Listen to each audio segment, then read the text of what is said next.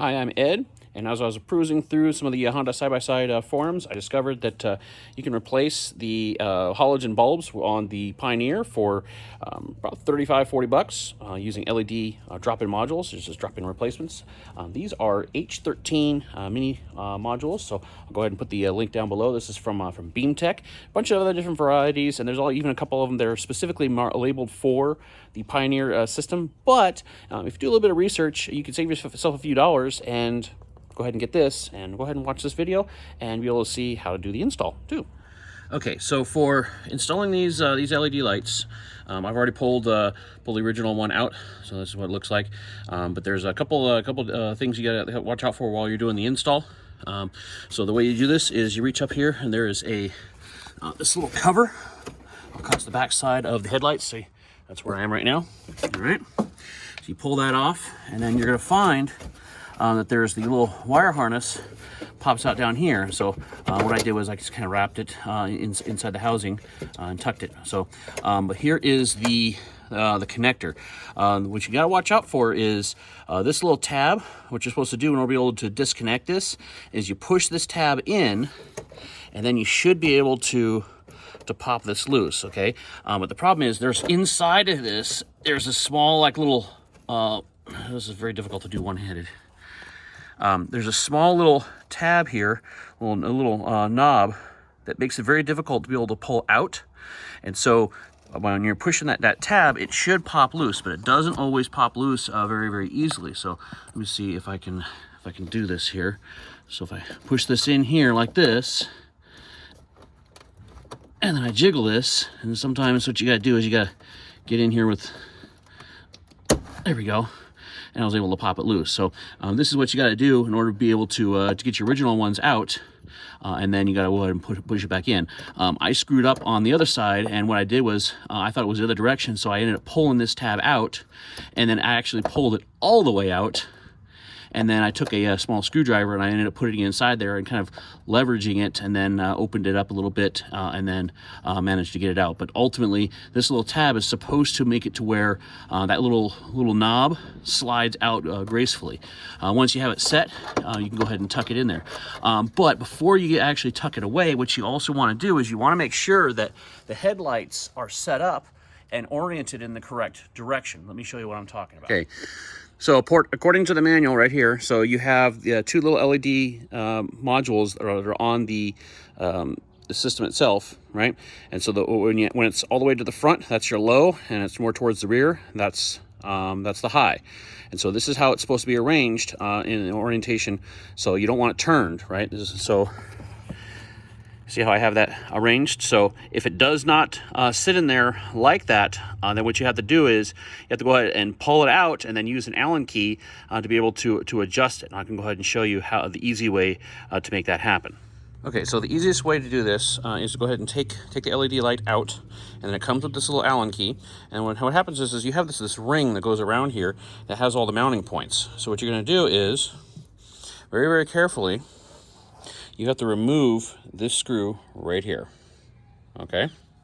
Once you get it out, it is very small, so you got to be very careful not to drop it and lose it, because otherwise you're buying another set of LED modules. Okay. Okay, so once you have that little piece taken out, then what you have here is this little module. The little plastic piece now can spin freely around this. Okay, so now according to the manual, you want to go ahead and have that the one that's more forwards, upwards. Okay, so what I'm going to do here is I'm going to go ahead and come around, and I'm going to look inside the lamp. I'm going to try and put it in the correct way, but now obviously it doesn't work, so I'm going to go ahead and start rotating that black piece with my finger until I can get it into a spot where it'll arrange in. Okay, nope, I need to spin it a little further because it didn't go in that spot. So sometimes you got to go like another third of the way around. Okay, so now that it's in, I can go ahead and turn this. Okay, now so I arrange this exactly how I want it. So I want it sitting exactly like this, so straight up and down. So now I'm going to grab that black collar with my fingers. Okay, so it's sitting here like this. I'm just going to reach in here. I'm going to grab the black collar and the module at the same time. I'm going to turn them both together. Okay? So making sure that's still in alignment, grabbing both of them together, I'm going to turn them both to take the whole module back out without twisting it up. So now all I have to do is find the nearest hole and center it, and then put that set screw back in. Okay? Okay, so once it's all set up, we can go ahead and get ready to put it back into position here. So we can go ahead and look through the front again. And so it should just be a matter of just turn it just 45 degrees there, and then it should just go lock in place and should be straight up and down now with the low forwards on the high side. And then it's just a matter of hooking our connector back up. Doing this one-handed. Ah!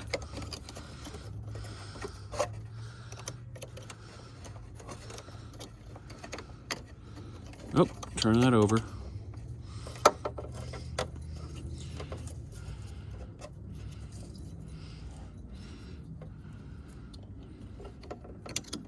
There we go. So it's just a matter of now hooking it back up. Make sure that kind of clicks back in place. So it's all the way seated.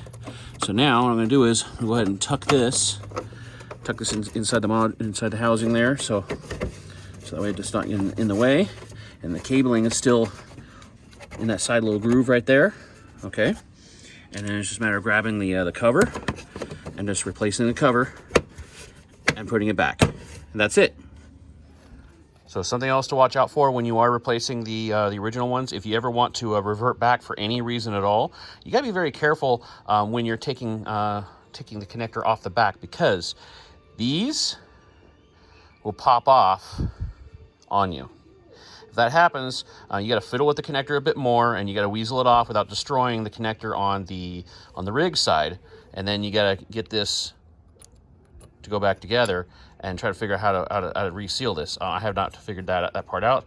Just goes back in. But the point here I'm trying to make is you got to be very careful with trying to get these things unseated from the connector housing, because they will break apart on you from the rest of the halogen module. Okay, so this is in my backyard right here. So if I turn this is on low beam, it goes straight out. So that is awesome right there. But when I go on high, it goes way up high, and that's up there like up top of the shed. So that is way too high up there. So basically this is going straight here. This is blinding people on low beam. So what I need it to do is to adjust those downwards, because while I was on a nighttime ride, I would put on high, and honestly, it was pointing way too high up. It was not effective on high beam.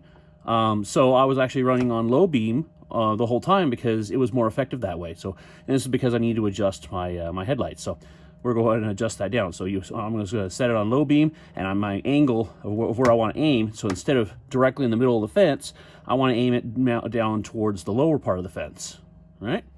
Okay, so for adjusting the actual beam angle for the low and the high, because low beam versus high beam is just a matter of which bulb is turning on. So the angle of launch of the light, not necessarily, hey, one is drawing more power than the other because one is brighter. That's not what it is. It's the angle of the light that's coming out.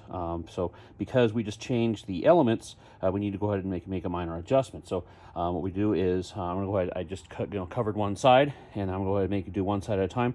This little adjuster right here, this little hole. There's a screw point, and inside there there is so it's a bolt that goes all the way back to that holds the housing, and there's a spring that keeps it in place. So all you have to do is, if you want it to go down, just loosen it, and it will start pitching it downwards. Okay, so let me go ahead and show you where we're at. So as you're moving this, as you're turning this, you will start to see the entire bucket for the light assembly start to change its pitch just a wee little bit at a time. So then you can go ahead and look over and kind of see, and moving your hand back and forth and kind of cut the beam and see where your light is shining, and see where if that's matching up how you want it. So okay, so now there's my low beam is right there towards the bottom of the fence, and then my high is midpoint on the fence. So that's where we want it to be. So I think if I'm going on a trail or something like that, that's high beam. That's where I'm kind of blinding somebody. I don't really want want to be blinding somebody on the low, but you know, the high, obviously I want to be able to see long distance on the trail. So now I'm just going to go ahead and move the box and cover the right side and go ahead and make the adjustment on the other side. Make sure they're both lined up. Okay, so real quick, this is the amp draw when the key is turned on this. So right now it's at 0. We're going to go ahead and turn the key on. You notice it jumps up to right around 80, 75 watts, and then it drops down to about 50. So that initial load is the fuel pump engaging and priming, and then it stabilizes at a standard baseline right around 50 watts. Okay, so this is a measurement of the stock load for the headlight. So obviously here is our baseline, so right around 50, and then so this is the low beam. Okay, so low beam is around 150 watts, and go ahead and go to high, and high beam is around 170. Okay, so here's the draw of the side lights, roughly 83 watts. Okay, here is LED headlights on low, so roughly 114 watts. So see them bright as can be. Yep. And there's LED headlights on high, so roughly the same power output. It's just a matter of which LED is turned on. All right. Okay, so doing the math real quick. So the baseline draw was right around 50 watts. Obviously, it spikes up to around 80 when you first turn the key on, and then there's our baseline stabilize of 50. Stock when off on low was 150, high was 170, and then when running the BeamTech lights was roughly about the same, about 112. So when you calculate out the baseline draw, it means that the halogen on low was consuming 100 watts, on high was 120. But if you switch to the LEDs, it's 62 on both sides, which means it's on your low side, it's 38% of the of what the halogens would have consumed, versus the high, it's 49% of what the halogens would have consumed. So quite a significant difference in savings on power. Okay, so testing this out for now that it's dark.